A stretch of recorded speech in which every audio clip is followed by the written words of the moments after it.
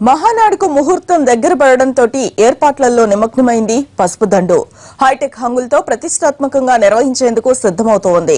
ఆధ్యాత్మిక నగరం తిరుపతిని పసుపుమయం చేస్తూ ఉన్నారు తమ్ముళ్లు.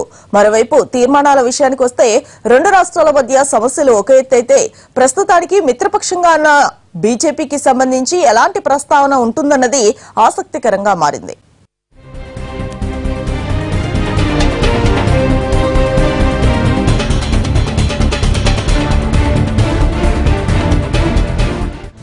పసుపు పండుగకు సర్వం సిద్ధమైంది. ఎల్లుండి నుంచి 3 రోజుల పాటు జరగబోయే మహానాడు కోసం టీడీపీ ముఖ్య నేతలంతా తిరుపతిలోనే మకాం వేసి ఎయిర్పోర్ట్లను దగ్గరుండి పరిశీలిస్తున్నారు. మొత్తం 5 ఐపీఎస్ అధికారులు దీనికి సంబంధించి బందోబస్తు పర్యవేక్షిస్తున్నారు. మొత్తం 40,000 మంది ప్రతినిధులు హాజరు కానున్నారు. ఎక్కడా ఎలాంటి లోటుపాట్లు జరగకుండా జాగ్రత్త పడుతున్నారు.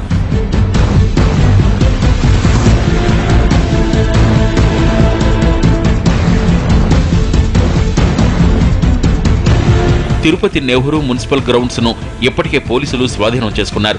అణువణువు క్షుణ్ణంగా తనిఖీలు చేస్తున్నారు. 27 ఉదయం 9 గంటలకు సభ్యత్వ నమోదుతో మహానాడు ప్రారంభమవుతుంది. అటు మంత్రి నారాయణతో పాటు ఇతర నేతలు ప్రధాన వేదిక, భోజనశాల, పార్కింగ్ స్థలాలను పరిశీలించారు. తిరుపతి వాసులకు, వివిధ ప్రాంతాల నుంచి వచ్చే భక్తులకు ఎలాంటి ఇబ్బందులు కలగకుండా కార్యక్రమం నిర్వహిస్తామన్నారు నారాయణ. ఇంతమంది వచ్చేటప్పుడు 3 రోజులు 28, 29, 30 అందులో తిరుపతిలో మహానాడు అంటే వెంకటేశ్వర స్వామి పాదాల దగ్గర జరిగింది కాబట్టి ప్రతి ఒక్కరికి తిరుమల పోవాలనే ఉద్దేశం ఉంటుంది.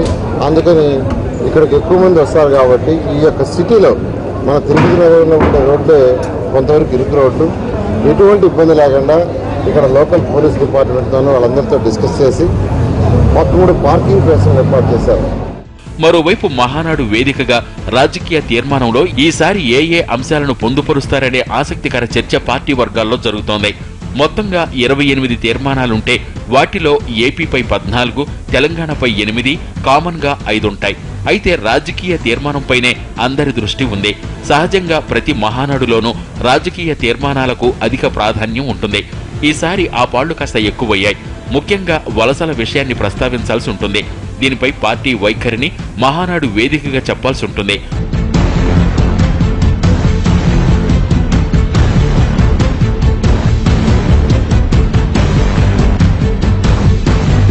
ఇదే వేదిక మీద నుంచే పాత కొత్త నేతలకు దిశానిర్దేశం చేయాలి.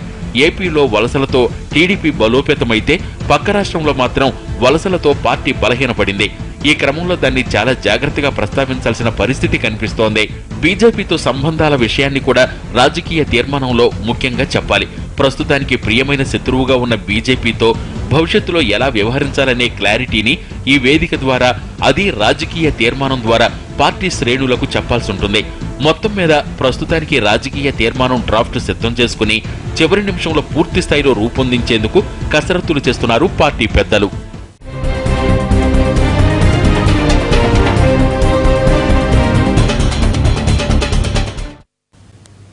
కేసీఆర్ పాలనలో ప్రజలకు ఒరిగిందేమీ లేదని గొంతెత్తారు టీడీపీ నేతలు. హైదరాబాద్ లో జరిగిన మినీ మహానాడులో ప్రభుత్వంపై కేసీఆర్ విమర్శల వర్షం కురిపించారు. సీఎం నిర్లక్ష్యం కారణంగా రాష్ట్ర అభివృద్ధి కుంటుపడ్డదన్న నేతలు వచ్చే ఎన్నికల్లో టీడీపీ అధికారంలోకి వచ్చేలా కార్యకర్తలు కృషి చేయాలని పిలుపునిచ్చారు.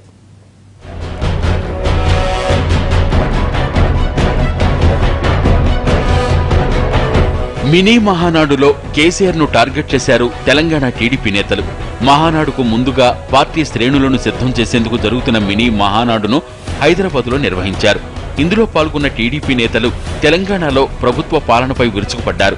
కేసీఆర్ పాలనలో ఆయన కుటుంబం ఒక్కటే సంతోషంగా ఉందని, ప్రజలు కష్టాలు పడుతున్నారన్నారు టీటీడీపీ అధ్యక్షులు ఎల్ రమణ. 2 ఏళ్లలో కేవలం 6 సార్లు మాత్రమే సీఎం సెక్రటేరియట్ కు వచ్చారని, మిగిలిన రోజులన్నీ ఫామ్ హౌస్ నుంచే పాలన సాగించారని మండిపడ్డారు.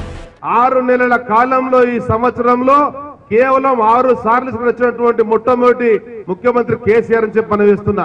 ఇంటి నుంచి పరిపాలన చేస్తుండు. వేలాదిగా ఇక్కడ ఫైలు గుట్టలుగా పేరుకపోతున్నాయి. సమస్యలు పరిష్కారం అయితే లేవు. తన కుటుంబం మాత్రం చల్లగా ఉన్నటువంటి పరిస్థితి. తన కుటుంబంలో ఉండే ప్రతి వ్యక్తికి కూడా ఇలా రాజకీయ ఉద్యోగం వచ్చింది. అమలు కాని హామీలతో కాలయాపన చేస్తున్న సీఎం కేసీఆర్ ప్రజల దృష్టిని మరల్చేందుకే కొత్త జిల్లాల ప్రతిపాదనను తెర మీదకు తీసుకొచ్చారని ఫైర్ అయ్యారు TTDP working president Revanth Reddy. Apple CEO నగరానికి వస్తే కేటీఆర్ సెల్ఫీలతో కేసీఆర్ సెల్ఫ్ డబ్బాలు కొట్టుకున్నారని విమర్శించారు. అంటే ఇవాళ ఆయన ఏంది, అందరూ ప్రశాంతంగా ఉంటే ఈ ప్రభుత్వం ఏం పనిచేస్తుంది, ఇవాళ ఇరిగేషన్ టెండర్లు పిలిచి ఆంధ్ర కాంట్రాక్టర్లకు అప్పచెప్పి అందులో 10% కమిషన్ కొడుతుంటే పేదోళ్లకు ఇండ్లు ఇవ్వలేదని ప్రశ్నిస్తుంటే ప్రజల దృష్టి మరల్చడానికే ఇవాళ కొత్త జిల్లాల కొత్త నాటకానికి తెరలేపిండు.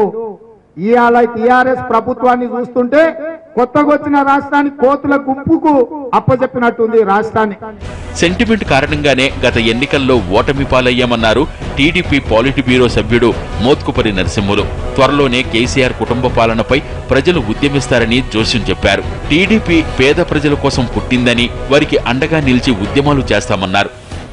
ఇప్పుడు ప్రజలు పరిపాలన మీద దృష్టి పెట్టేటువంటి పరిస్థితి ఉన్నది. కాబట్టి పరిపాలన ఎట్లా జరుగుతుందో తెలంగాణ ప్రజలు చూస్తున్నారని ఈ సందర్భంగానే తెలియజేస్తా ఉన్నా. నిజాంకు వ్యతిరేకంగా పోరాటం చేసినటువంటి తెలంగాణ ప్రజలు ఈ కుటుంబం మీద, కుటుంబ పాలన మీద పోరాటం చేయకుండా ఉండరని కూడా మరొకసారి సందర్భంగా నేను తెలియజేస్తూ, ఎల్లుండి తిరుపతిలో మహానాడు జరగనుంది. 3 రోజుల పాటు జరిగే ఈ మహానాడులో తెలంగాణలో పార్టీ పరిస్థితులు, పార్టీ పనితీరు, ప్రభుత్వ పాలన వంటి అంశాలను చర్చించనున్నారు. మహానాడులో తీసుకునే నిర్ణయాల ప్రకారం పార్టీని బలోపేతం చేసేందుకు తెలంగాణ టీడీపీ నేతలు సిద్ధమవుతున్నారు.